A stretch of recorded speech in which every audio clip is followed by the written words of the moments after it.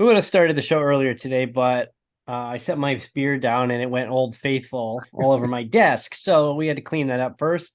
Gotta be careful. Yeah, got to be careful. Got to call the janitorial crew in there, aka me, and get that cleaned up. So we'll recap the weekend in racing. iRacing had a big, really good quarterly patch this week, and Le Mans coming up this weekend. This is FR Racing's Garage Talk. I'm DJ Flook. I'm Eric Richardson. So we'll recap the weekend in racing. It was, yeah, like It was so.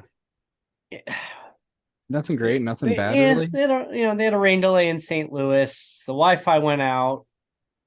One of Eric Jones' pit crew got injured. Now, did Austin Dillon hit him or not? Because there were conflicting reports where they said that he did, and then it said that he was run into or he collided with somebody else, a person. I still haven't actually seen or heard anything. I don't did think. see the 43 team got penalized though for a greenhouse. Oops. So add insult to injury. No pun intended. I'm sorry. Yeah. That was bad. What can you do? So Kyle Busch had a really good weekend there. The best part of it. Did you see his wife in the pace car? Yeah. He bumped. Then he like taps him. He taps the pace car with his wife and kid on it. Yeah, I'm watching the end of the race. I see Kyle Busch win. I get up and go, well, that was a waste of time. See, the thing is, like, congrats to Kyle though. That's three he wins. seems way more subdued this year than he has been in a very, very long time. Yeah. I did see a cool fact. He's one of 9 drivers now to win 3 races in at least 11 seasons. Wow, that's quite a stat. Up there. Yeah, it's impressive. They had the memes of Joe Gibbs like, Kyle, come back, please. He is a lot more subdued this year. Yeah, he is. I'm not a fan, but you know, he's doing some good things with Childress Racing here. So it is fun to see. I'm not a fan either, but you know, somehow the kids wanted me to end up with it. I did. I tell you, last year at Phoenix Raceway, I said, here, pick out a diecast at the gift shop, and I'm just looking. I'm like, no, please, no, don't. They went right for the M&M's car. Of course, M&M's. Who doesn't like M&M's? I mean, that's, Hunter Hughes said that's the reason why he followed Kyle Busch in the first place as a kid, because of the M&M's car. Yeah, great marketing. Great marketing. It's great to see. Well, he's been very laid back. He hasn't really had any major outbursts this year. I mean, he's kind of letting everybody else do it. Ross and Denny and Chase and everyone else, get angry at each other. But he's just been kind of quietly going out there doing his thing. Yeah, he's just been too busy with TikTok and Instagram Reels. I see him pop up all the time. Is he really? Yeah, I see it pop up a lot. I don't know. I didn't. I'm sure he. Yeah, I'm not surprised, but at the same time, I don't follow him. I had no idea. The wild thing is, I went to school with his wife. Purdue connection. Mm-hmm. Yeah, she and I are same age, I think.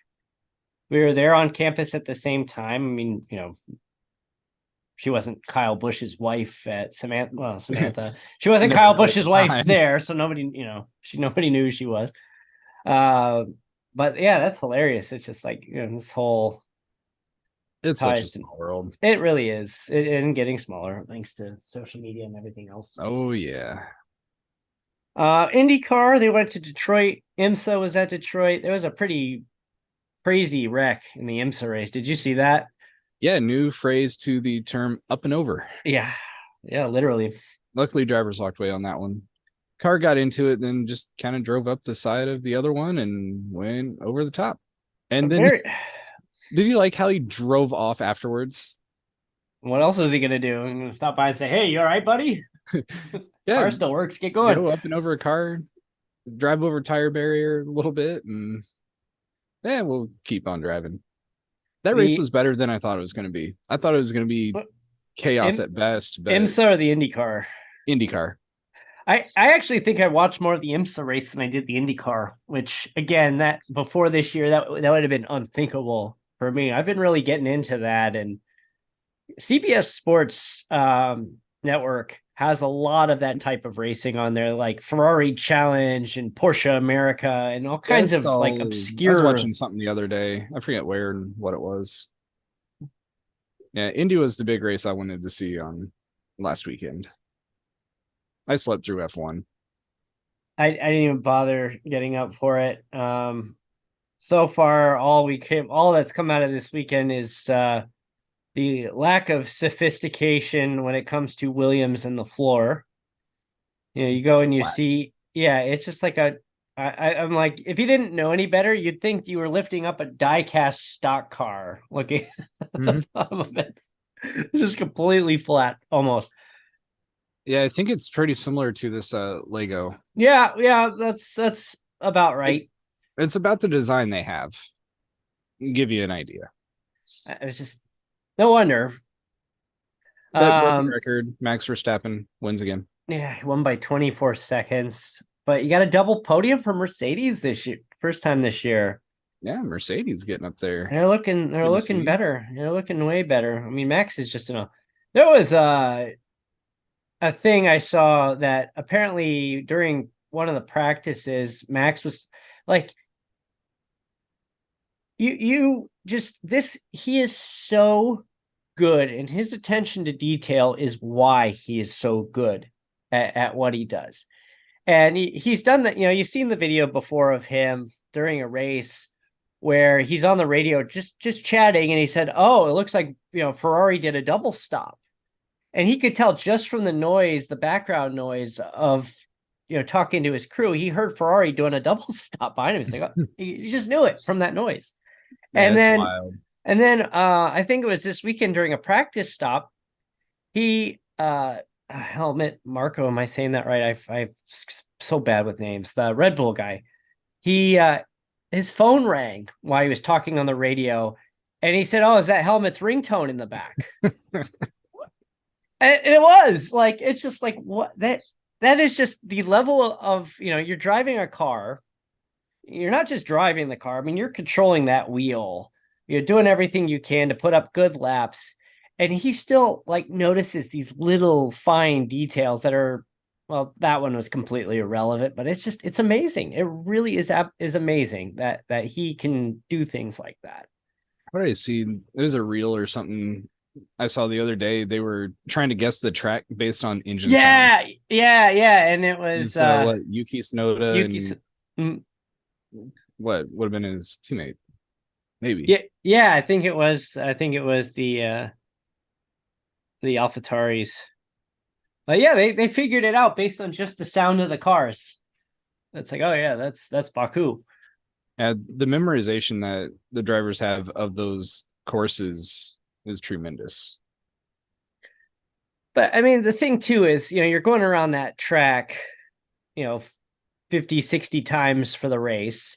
You're going around the track dozens of times for practice and qualification, and you build that routine, and you're going to hear that noise that, that just gets in your head. So I guess at the same time, I can't say I'm surprised, but yes, Helmut Marko, I was right. I'm so bad with names. Like I'll get like names botched all the time, or I'll mix somebody's first name with somebody like another famous person. Anyway, yeah, that's that was Formula One. IndyCar. I want to step back to IndyCar real quick. A lot of mixed review on that course. It was weird. It makes a lot of sense in the fact that it's like going through having driven through there. I understand it. It's going through a loading, or it looked like a loading dock, or an alleyway to a loading dock, but it was so clearly designed to make sure that you could see the big GM logo on the Renaissance Center during the shot. It's just like, let's go so far out of our way and take them down a loading dock just to make sure we got that perfect shot of the Renaissance Center. You got Chevy as the big engine manufacturer in the sport. got to have the big GM logo in the background. Man, I still wish it was on Belle Isle though. Such a cool space for it. Wonder how long they'll do this. I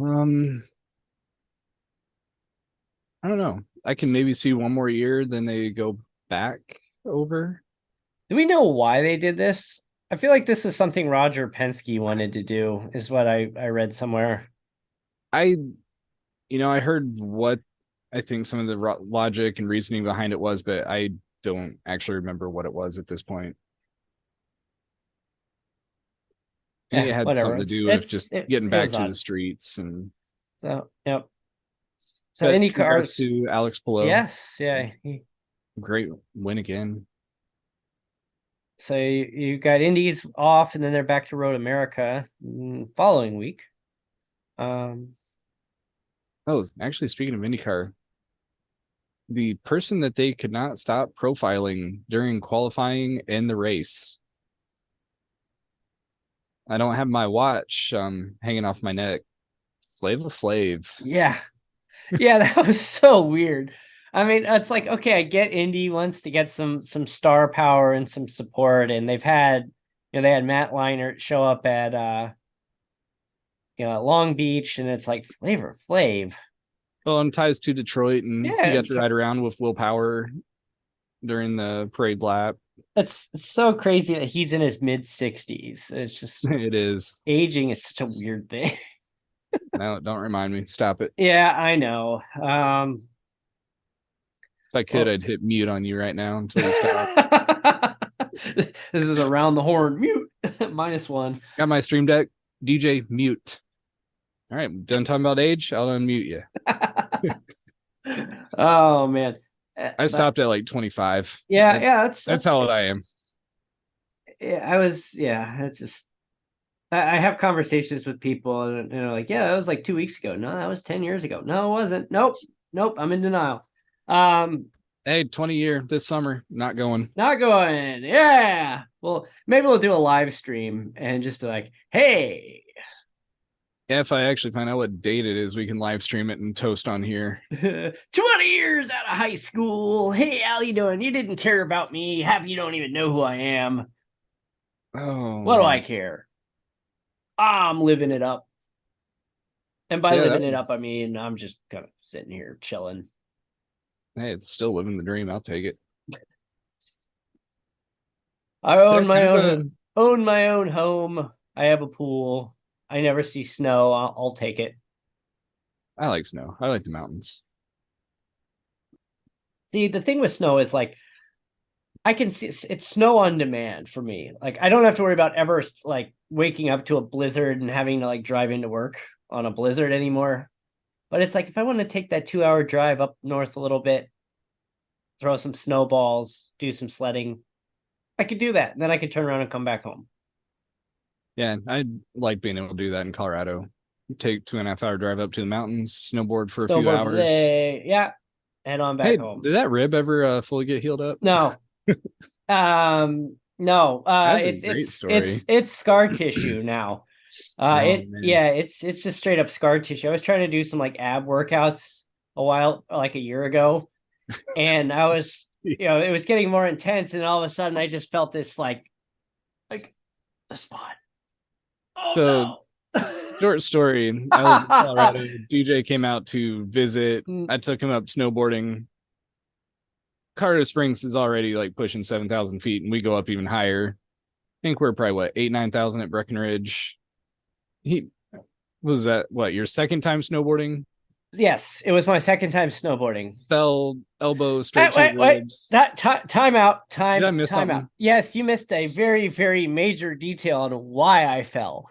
And it wasn't that I fell. It was that a 5 or 6 year old kid on skis just went right across in front of me.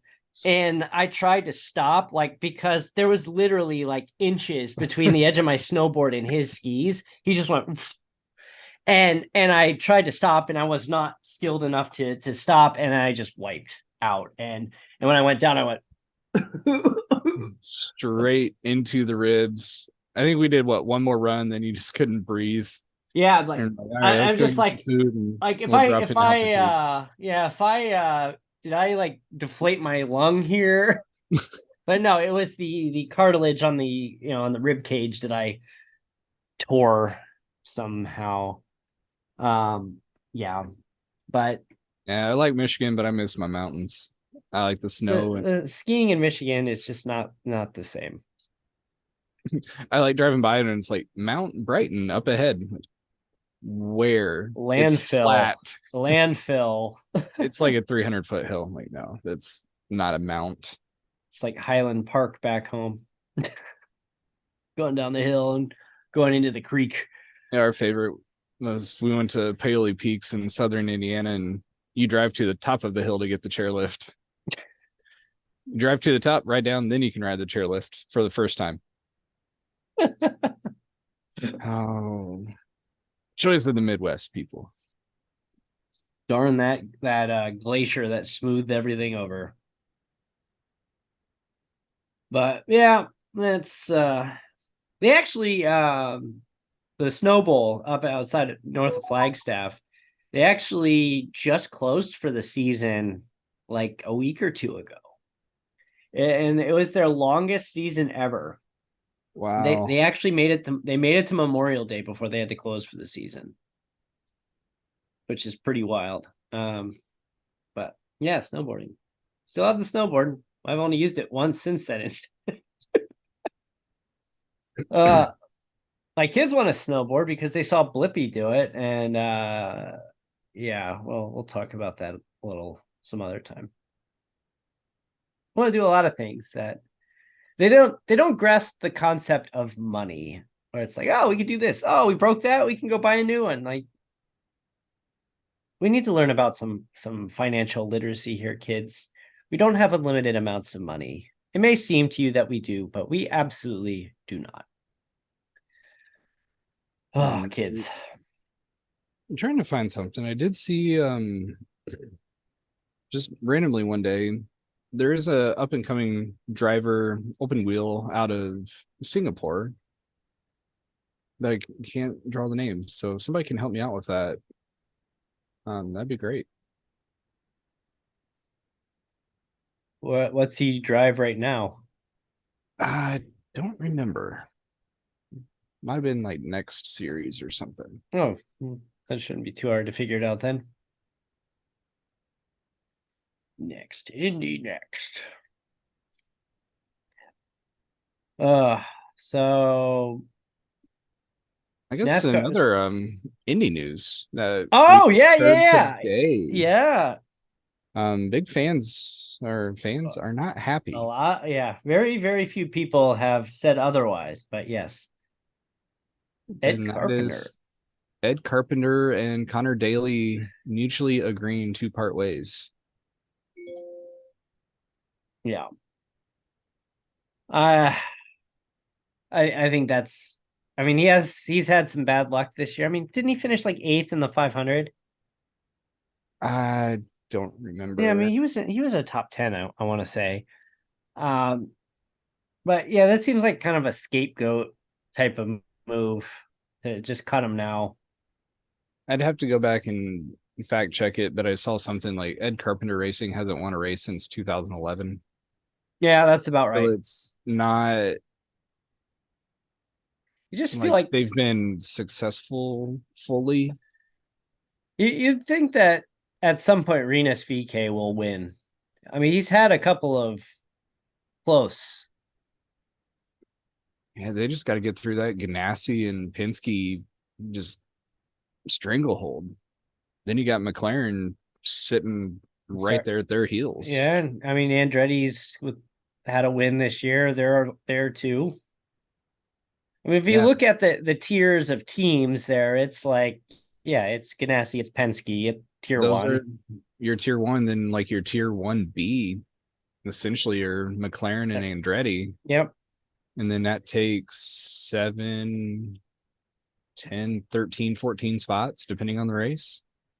And then after that, I'd probably put Meyer Shank ahead of Ed Carpenter because, at least somebody from their team won in the last couple of years with, Castroneves won his fourth 500. So yeah, you probably put Meyer Shank up there. I mean, then after that, am I missing somebody? I mean, out of the regular teams that race, AJ Foyt and Ed Carpenter. Yeah, I mean, and AJ with Santino Ferrucci. Coyne. Yeah, Ferrucci had a great run in Indy this year. Dale Coyne, Lucas had that great run at Gateway last year. But it's and then Ray Hall, they've been up there, but they had a good Indy road, but they've been a little struggling too this year. Yeah, they didn't have a good weekend in Detroit, from what I recall. Nope.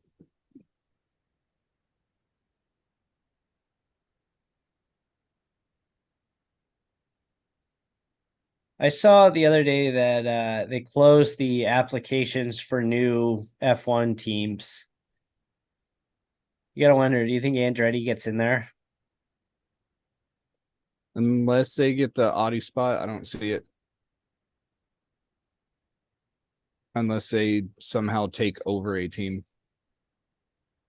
I mean, there is talk of potentially expanding beyond 20. That they could do that. They used to do that back in the day. I think 24 would be a good number. I think 22, 24 would be a good number. Speaking of that, I almost forgot. I have a trivia question for you. You did mention that. I have an idea of where you're going with this. I'm intrigued. You probably know the answer to this. So the unofficial Triple Crown of racing is a win at Le Mans, a win at Monaco, a win at the Indy 500. Only one man has completed the triple. Who was it? That's where I thought you were going. My first logical guess is going to be Mario. It was not. Mario did not win at Monaco. Then would it be Jacques Villeneuve? It was not. I don't think he won Le Mans. There's quite a few that have done 2 out of the 3. I may need a hint. I'll give it a third shot here. That somebody like Emerson Fittipaldi. No, this was somebody in the 60s, early 70s. Yeah. Oh, trying to think who won races. So because I gave that away, Juan Pablo Montoya actually has 2 out of the 3. He has not won Le Mans, but he has won Indy twice, and then he won at Monaco at least once.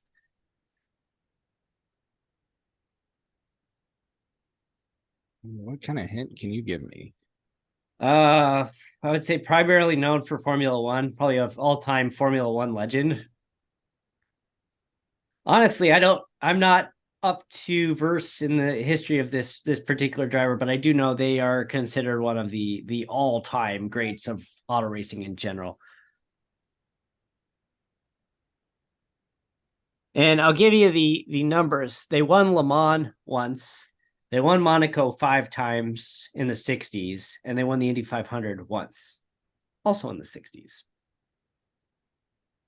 And we know Mario won in 69, and it wasn't him.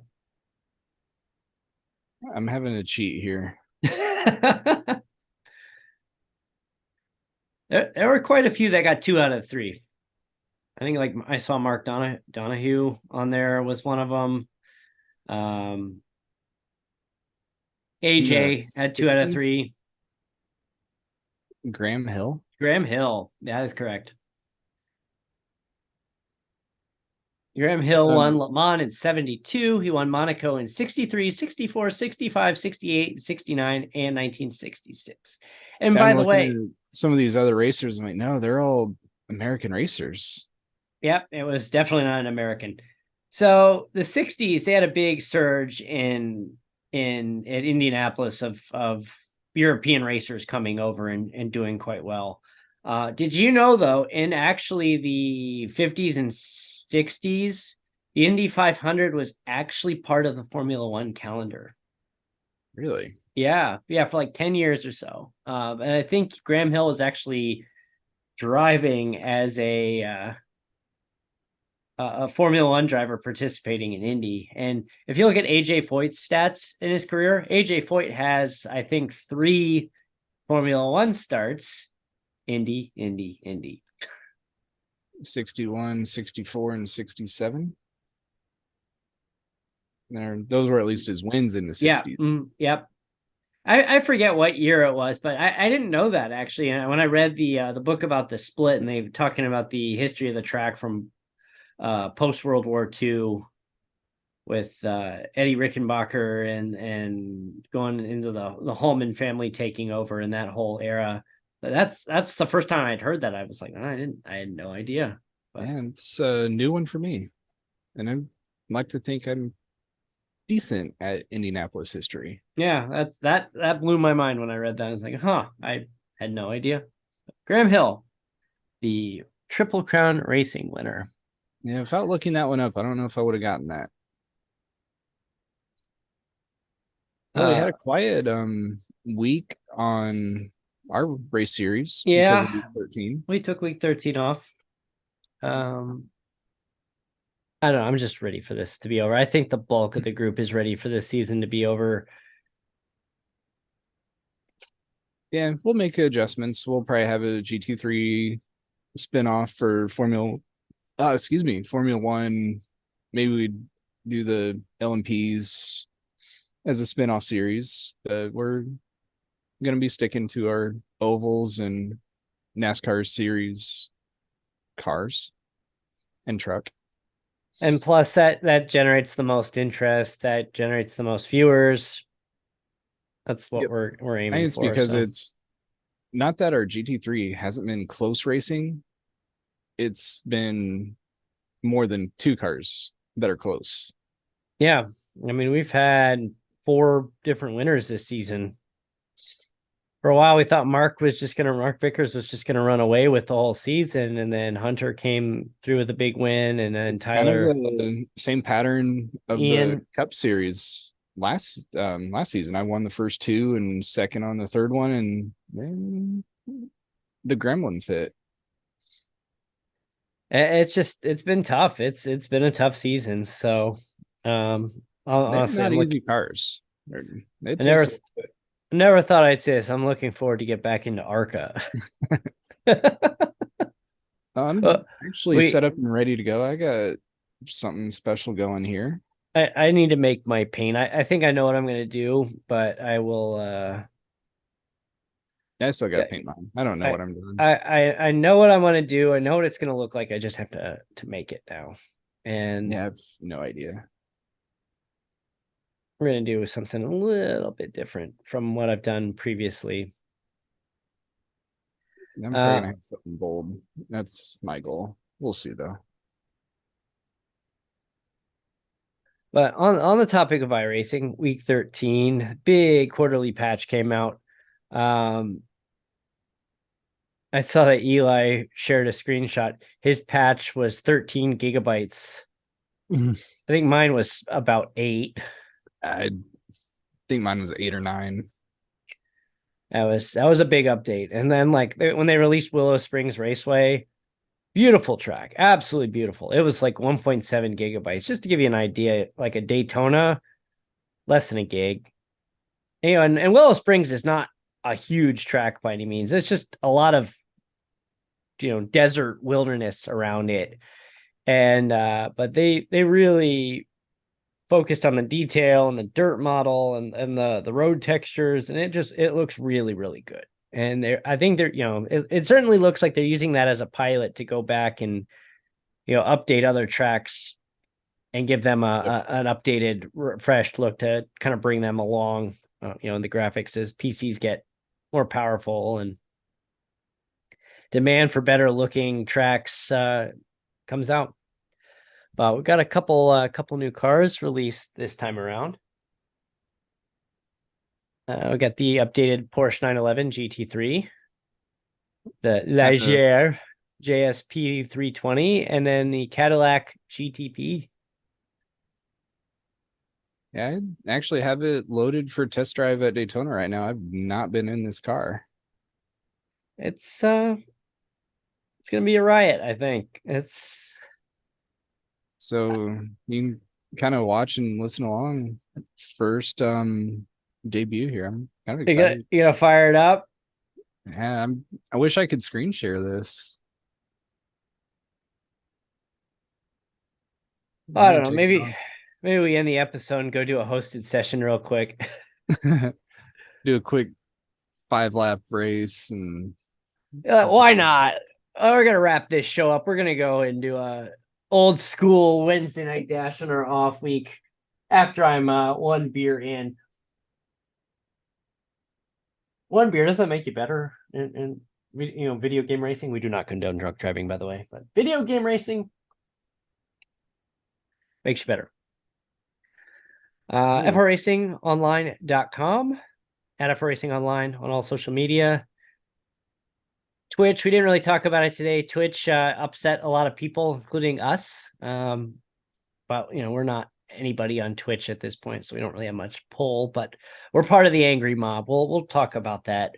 I think we just kind of have to wait for things to settle a little bit before we talk about that. And I don't know. This is definitely something I'm going to have to get used to. Yeah, I know. Way different than anything I've been in. It is not a GT3. It is not an IndyCar.